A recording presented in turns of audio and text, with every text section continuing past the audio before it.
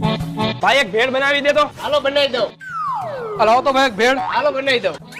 અરે ભાઈ ચિરાગ તું અહીંયા? તું અહીંયા? તું હું અહીંયા ભેળ ખાવા આવ્યો? ના ના પાર્સલ લેવા આવ્યો ભાઈ. તું ખાવા આવ્યો? ના ના ભાઈ હું પાર્સલ લેવા આવ્યો હું ઘર હાટું. અરે ભાઈ આ પાર્સલ કરવાની કીધી છે તમને. આ મને પાર્સલ કરી દેજો ભાઈ. હા ભાઈ. આલી ભાઈ પૈસા. હાલ્યો ભાઈ.